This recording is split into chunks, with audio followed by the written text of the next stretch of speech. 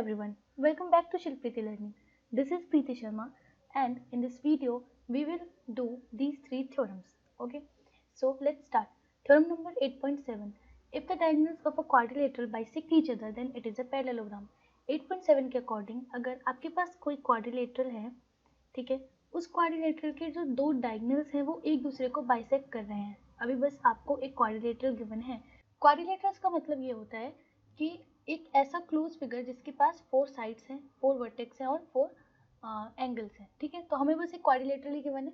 अब इसमें बताया गया है कि दो डायगोनल्स जो हैं वो एक दूसरे को बाइसेक्ट कर रहे हैं, मीन्स एक दूसरे को इक्वल पार्ट्स में डिवाइड कर रहे हैं. ठीक है, तो अब हमें प्रूव करना है कि अगर किसी भी क्वाड्रिलेटरल में डायगोनल्स बाइसेक्ट करते हैं तो वो पैरेललोग्राम होता है.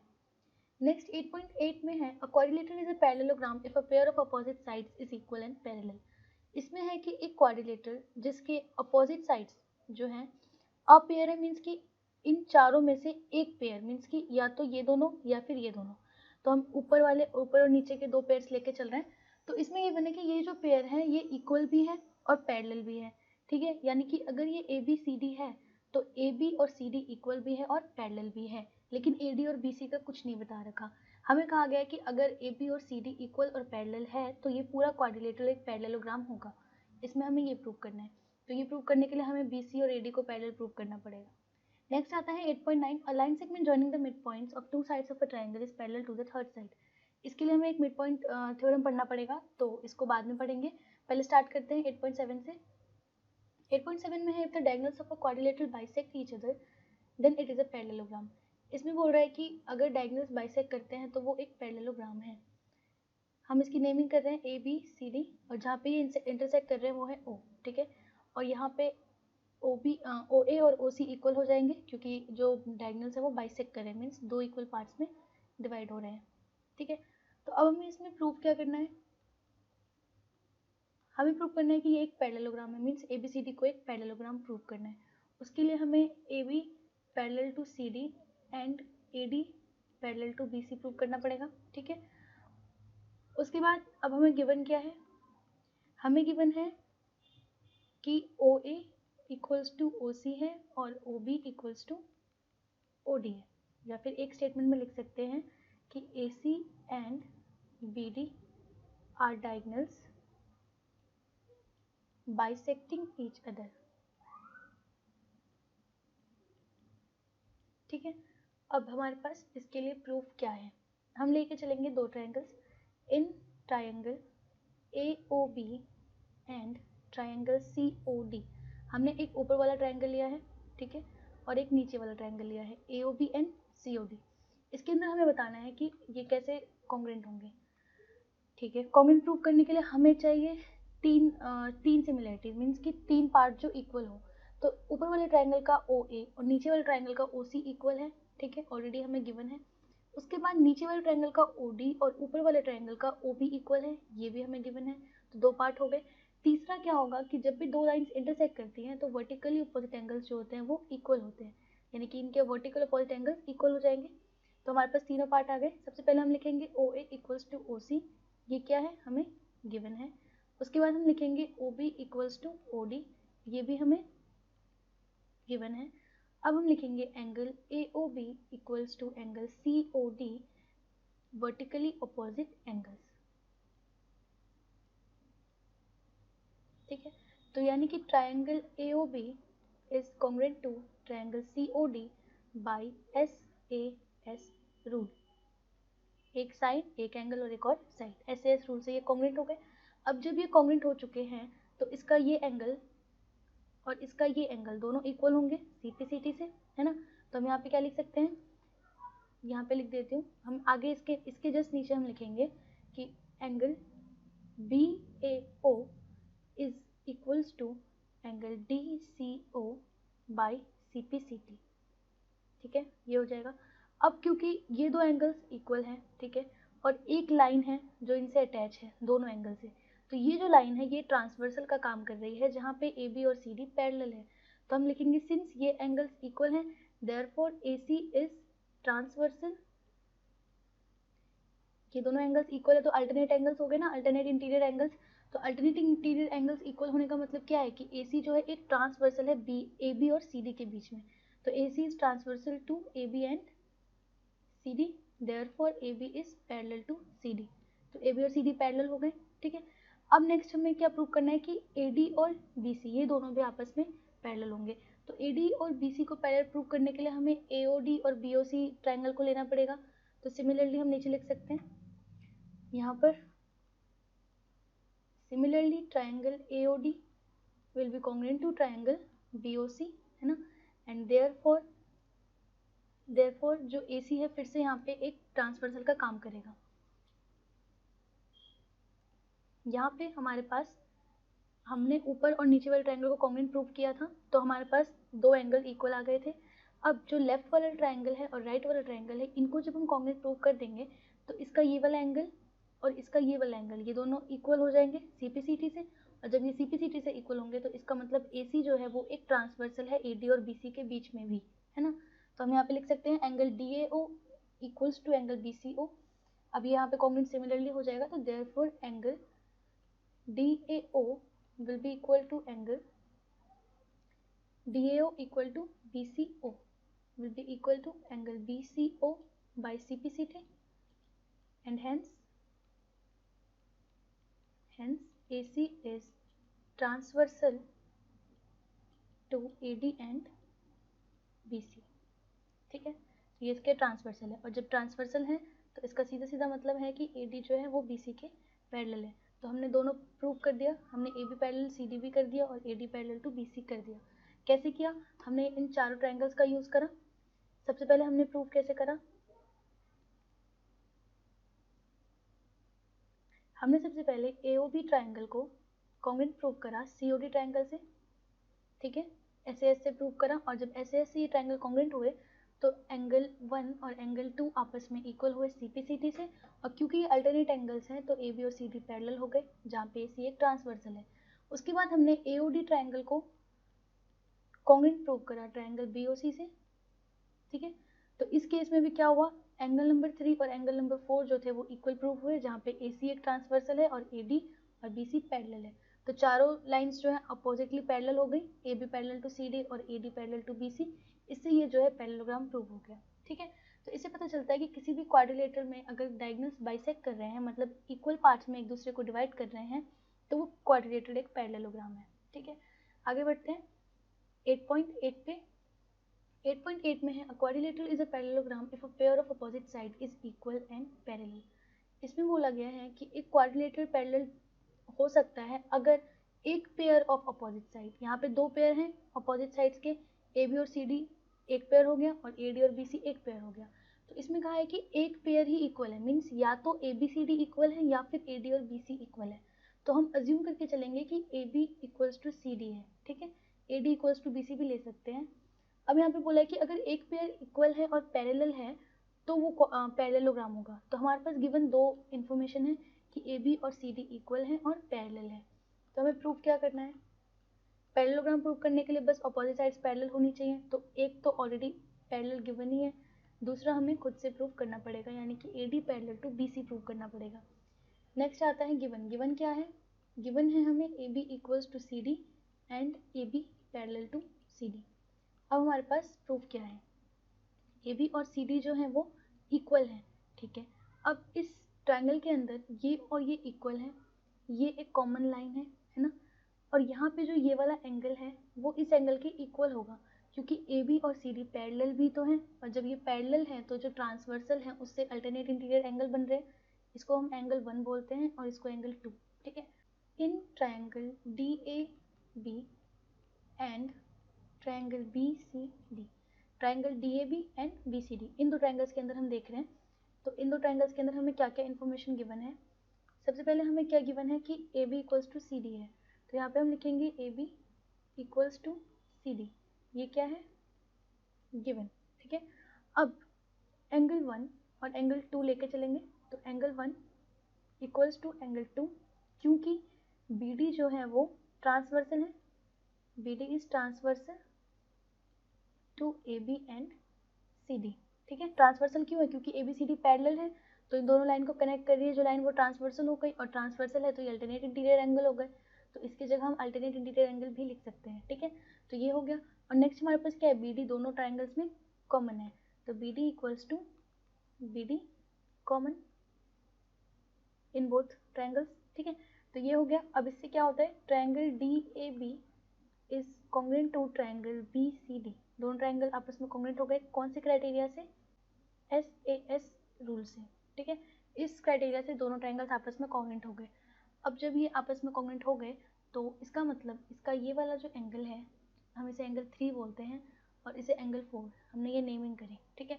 तो एंगल 3 और एंगल 4 भी इक्वल हो जाएंगे CPCT से, दोनों ट्राइंगल के कॉरेस्पॉन्डिंग पार्ट से, तो therefore angle 3 is equals to angle 4 by CPCT, ठीक है। अब अगर हम इसे ध्यान से देखें तो जो BD लाइन है वो एक ट्रांसवर्सल का काम कर रही थी AB और CD के लिए, सिमिलरली AD और BC के लिए भी तो कर रही है, क्योंकि 3 और 4 एक अल्टरनेट इंटीरियर एंगल हो गए, AD और BC पैरेलल हो गए। तो हम यहाँ पे लिखेंगे therefore BD is transversal to AD and BC and hence AD parallel to BC, ठीक है। हमने क्या करा, हमने एंगल नंबर 3 और एंगल नंबर 4 को इक्वल प्रूव किया CPCT से, ये 3 था और ये 4 था, तो ये एक अल्टरनेट इंटीरियर एंगल का काम कर रहे हैं, क्योंकि BD एक ट्रांसवर्सल है तो AD और BC जो होंगे वो आपस में पैरेलल हो जाएंगे, ठीक है। तो इसमें हमें ये प्रूव करना था कि अगर किसी भी क्वाड्रिलेटरल में आपसे कहा है कि अपोजिट एक पेयर इक्वल और पैरेलल है तो वो पैरेललोग्राम हो सकता है, तो हमें वही प्रूव करना था। Now comes 8.9. The theorem says the line segment joining the midpoints of two sides of a triangle is parallel to the third side. ये एक midpoint theorem है, तो इसको करने से पहले समझते हैं कि उस theorem में होता क्या है। So, according to the midpoint theorem, if the line segment adjoins midpoints of any two sides of a triangle, then the line segment is said to be parallel to the third side and it measures about half of the third side. इसका मतलब क्या है कि किसी भी triangle में दो sides के midpoint means AB साइड है तो इसका मिड पॉइंट सपोज ये है और AC साइड का मिड पॉइंट ये है, तो अगर हम दो साइड्स के मिड पॉइंट को ज्वाइन करते हैं तो वो तीसरे साइड के पैरेलल होती है लाइन और तीसरे साइड के हाफ होती है। मीन्स कि इस फिगर में ABC एक ट्राइंगल है, ABC ट्राइंगल में AB लाइन का मिड पॉइंट है D और AC लाइन का मिड पॉइंट है E। तो अगर मैं AB और AC के मिड पॉइंट्स को ज्वाइन करूं तो जो लाइन DE बनेगी वो DE लाइन जो होगी वो BC के पैरेलल होगी, मीन्स नीचे वाले थर्ड साइड के पैरेलल होगी। और दूसरा इसमें क्या बनेगा कि जो DE होगा वो BC का आधा होगा, means DE will be half into BC, यानी कि अगर BC 10 सेंटीमीटर है तो DE 5 सेंटीमीटर हो जाएगा, ठीक है। और DE BC के पैरेलल होगा। तो ये थ्योरम है मिड पॉइंट थ्योरम। अब इसको हमें प्रूव करना है, तो 8.9 थ्योरम में हमें इसी को प्रूव करना है, मीन्स सिंपली इसे मिड पॉइंट थ्योरम भी बोल सकते हैं। तो अब इसे हम प्रूव करेंगे कैसे, इसमें हमारे पास ट्राइंगल ABC गिवन है और DE ज्वाइन करा हुआ गिवन है, बाकी जो है वो हमने खुद से कंस्ट्रक्ट किया है। क्या किया हमने, C को आगे एक्सटेंड करा है, ठीक है, इस तरीके से एक्सटेंड किया है कि वो AB के पैरेलल है, यानी कि CF जो है वो AB के पैरेलल है। दूसरी चीज जो DE लाइन थी उसको आगे एक्सटेंड करके हमने F पे ज्वाइन करवाया है, ठीक है। तो देखते हैं इसे कैसे करना है। सबसे पहले हमें प्रूव क्या करना है, इसके अंदर हमें सिंपल क्या प्रूव करना है, the line segment joining the midpoint of two side of triangle is parallel to third side. जो लाइन सेगमेंट दोनों मिड पॉइंट्स को ज्वाइन कर रही है वो तीसरे साइड के पैरेलल है, यानी कि हमें प्रूव करना है कि जो DE है वो पैरेलल है BC के, ठीक है।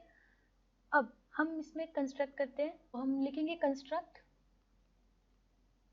CF as CF becomes parallel to AB, ठीक है, ऐसे होगा।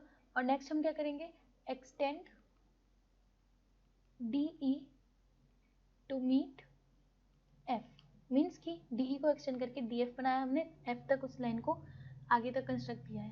अब हमारे पास गिवन क्या है, हमें गिवन है कि D और E जो है वो मिड पॉइंट है, means D is mid point of AB। Next हमें क्या गिवन है, E is mid point of AC, ठीक है। उसके बाद CF जो है वो AB के पैरेलल है, क्योंकि हमने कंस्ट्रक्ट ऐसे किया है, तो CF पैरेलल टू AB। अब हमारे पास इसके लिए प्रूफ क्या क्या है, तो देखते हैं।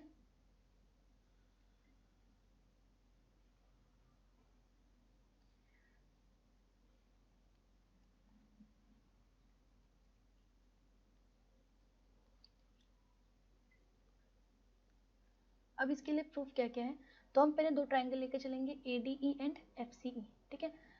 तो हम लेके चलते हैं in triangle ADE and triangle CFE। इन दो ट्राइंगल्स के अंदर सबसे पहले तो AE और EC इक्वल हो जाएंगे, क्योंकि E जो है वो मिड पॉइंट है, तो हम लिखेंगे AE इक्वल्स टू EC, क्योंकि E is mid point of AC, ठीक है। नेक्स्ट जो होगा एंगल, इसको 1 कहते हैं और इसे 2 कहते हैं, तो एंगल 1 और एंगल 2 इक्वल हो जाएगा। एंगल 1 इक्वल्स टू एंगल 2, क्योंकि वर्टिकली अपोजिट एंगल्स हैं, जब दो लाइन इंटरसेक्ट करती हैं तो उनके बीच जो भी एंगल बनता है वर्टिकली अपोजिट एंगल्स वो इक्वल होते हैं, ठीक है। नेक्स्ट जो होगा हमारे पास वो होगा एंगल A और angle C, means angle A को 3 और एंगल C को 4 नेम देते हैं, तो angle 3 will be equal to angle 4, क्योंकि AB is parallel to CF and AC is transversal. कैसे हुआ इसको ध्यान से देखते हैं। हमारे पास दो लाइन है, कौन कौन सी लाइन है, एक AB लाइन है, ठीक है, और इस AB लाइन के पैरेलल CF लाइन है। तो जब दो लाइन पैरेलल है तो उसके बीच जो ट्रांसवर्सल है वो अल्टरनेट इंटीरियर एंगल बनाएगा। वो अल्टरनेट इंटीरियर एंगल एक यहाँ पर है जिसे हमने 4 बोला था, और एक यहाँ पर है जिसे हमने 3 बोला था, तो अल्टरनेट इंटीरियर एंगल इक्वल हो जाएंगे, इसलिए 3 और 4 इक्वल है। तो इससे क्या होता है, हमारा जो ट्राइंगल है, triangle ADE, it becomes congruent to triangle CFE by ASA criteria, दो एंगल और एक साइड, ठीक है। तो ASA क्राइटेरिया से ये कॉन्ग्रुएंट हो गए। अब यहाँ पर ADE और CFE दो ट्राइंगल्स हैं, दोनों कॉन्ग्रुएंट हो गए, ठीक है। ADE और CFE दोनों ट्राइंगल्स हमारे कॉन्ग्रुएंट हो चुके हैं। अब हमें प्रूव क्या करना था, हमें DE और BC को पैरेलल प्रूव करना है। तो उससे पहले हम देखते हैं यहाँ पे जो AD लाइन है वो CF लाइन के इक्वल हो जाएगी, क्योंकि ये जो दो ट्राइंगल्स हैं ये दोनों आपस में कॉन्ग्रुएंट है। तो यहाँ लिख सकते हैं AD equals to CF by CPCT। CPCT से ये दोनों साइड्स आपस में इक्वल हो गई, ठीक है। अब ध्यान से देखना, यहाँ पे जो D था वो एक मिड पॉइंट था, यानी कि AD DB के इक्वल भी है, यानी कि AD is equals to DB, क्योंकि D इज मिड पॉइंट, ठीक है। अब क्योंकि ये मिड पॉइंट है इसको हम 1 ले लेते हैं। तो अब इससे क्या पता चलता है कि AD जो है वो CF के इक्वल है और AD जो है वो DB के इक्वल है, यानी कि ये दोनों आपस में भी इक्वल होंगे, है ना। तो therefore CF is equals to DB। अब हमारे पास क्या आया, हमारे पास आया कि जो CF है वो DB के इक्वल है, ठीक है। अब हमने क्या पढ़ा था कि जब भी दो साइड्स अपोजिट साइड्स, यानी कि अगर एक pair of opposite side equal है और पैरेलल है तो वो पूरा एक पैरेललोग्राम हो जाता है ना। तो यहाँ पे क्वाड्रिलेटरल है DFCB, जो क्वाड्रिलेटरल DFCB है इसके अंदर हमने क्या देखा कि ऑलरेडी हमें पता था कि DB और CF पैरेलल है। कैसे पता था, क्योंकि हमने पैरेलल लाइन ही खींची थी, AB के पैरेलल CF था, तो इस पूरी लाइन के पैरेलल अगर CF है तो इस आधी लाइन के पैरेलल भी तो होगा, है ना। तो हमारे पास क्या आया कि DB और CF जो है वो आपस में पैरेलल है, और अभी जस्ट नीचे हमने प्रूव किया कि DB जो है वो CF के इक्वल है, ठीक है। तो अभी जस्ट पीछे एक थ्योरम में हमने पढ़ा था, इस थ्योरम में हमने क्या पढ़ा था कि क्वाड्रिलेटरल में जब कोई pair of opposite side equal और पैरेलल होता है तो वो पूरा पैरेललोग्राम बन जाता है ना। तो इसके अकॉर्डिंग क्या हुआ कि यहाँ पे जो हमारा ये ट्राइंगल है, इस ट्राइंगल के अंदर ये पैरेलल है ना, और इक्वल भी है, तो यानी कि ये पूरा जो है क्वाड्रिलेटरल एक पैरेललोग्राम बन जाएगा। Therefore DB CF is a parallelogram, ठीक है। इससे ये प्रूव हो गया कि एक पैरेललोग्राम है, और जब ये पैरेललोग्राम है तो इसका मतलब ये हुआ कि DF will be parallel to BC, यानी कि DF और BC पैरेलल होंगे। तो जब ये पूरा और ये इसके पैरेलल है तो इसका इतना पार्ट भी तो इसके पैरेलल हुआ, therefore DE is parallel to BC। ये प्रूव हो गया, ठीक है। तो हमें आगे लिखना कैसे है, लिख लेते हैं। यहाँ पे हमने लिखा था कि CF और DB पैरेलल है, तो CF और DB जो है वो पैरेलल हो गए। तो अब यहाँ पे हमें लिखना होगा थ्योरम 8.8, थ्योरम 8.8 के अकॉर्डिंग, और 8.8 इसकी जगह हमें पूरी स्टेटमेंट लिखनी है, ठीक है। सो bye theorem 8.8 DBCF is a parallelogram and hence DE is parallel to BC, ठीक है। क्योंकि ये पूरा एक पैरेललोग्राम हमने प्रूव कर दिया, और जब ये पूरा एक पैरेललोग्राम है तो फिर इतना पार्ट भी इसके पैरेलल हो ही सकता है ना। तो ये हमने प्रूव कर दिया। इसे हमें करना कैसे था, हमें दो ट्रायंगल्स लेके चलने थे, और दो ट्रायंगल्स लेने से पहले हमें सी को कंस्ट्रक्ट करना है, ठीक है। इसे ऐसे कंस्ट्रक्ट करना है कि वो ए बी के पैरेलल हो जाए, ठीक है। इनको इसके पैरेलल क्रिएट करने के बाद हमने इस दो ट्रायंगल को कॉन्ग्रुएंट प्रूव करा। इन दोनों को कॉन्ग्रुएंट प्रूव करने के बाद हमने ए डी और सी एफ को इक्वल प्रूव किया। जब ए डी और सी एफ इक्वल हो गए तो डी बी और सी एफ अपने आप इक्वल हो गए, क्योंकि ये दोनों आपस में इक्वल थे, तो ये दोनों इक्वल हो गए, और ये पहले से ही पैरेलल है। तो जब भी एक pair of sides of quadrilateral equal और पैरेलल होता है तो वो पूरा क्वाड्रिलेटरल एक पैरेललोग्राम बन जाता है, और जब ये पैरेललोग्राम बन गया तो D E already B C से पैरेलल हो गया, ठीक है। नेक्स्ट ये 8.9 थ्योरम था। अब नेक्स्ट एक थ्योरम बचता है 8.10, जो मिड पॉइंट थ्योरम का जस्ट कन्वर्स है। इसमें है कि the line drawn through the mid point of one side of a triangle parallel to another side bisects the third side. इसमें हमें क्या गिवन है, इसमें हमें दिया हुआ है कि इन केस हमें दिया है कि the mid point of one side of triangle parallel to other side. हमें बस ये बताया कि ए बी जो साइड है इसका मिड पॉइंट है डी, ठीक है, और जो लाइन डी ई है वो बी सी के पैरेलल है। तो हमें प्रूव करना है कि ई जो होगा वो इसका मिड पॉइंट होगा। मतलब पीछे हमें दिया था कि ये दोनों मिड पॉइंट है, हमें पैरेलल प्रूव करना था। यहाँ पे हमें एक मिड पॉइंट दिया है और पैरेलल दिया है, दूसरा मिड पॉइंट हमें प्रूव करना है, ठीक है। तो इसे करेंगे नेक्स्ट वीडियो में, और नेक्स्ट वीडियो में पीछे के जो 9 थ्योरम्स थे उसको भी रिवाइज करेंगे। Till then take care, good bye.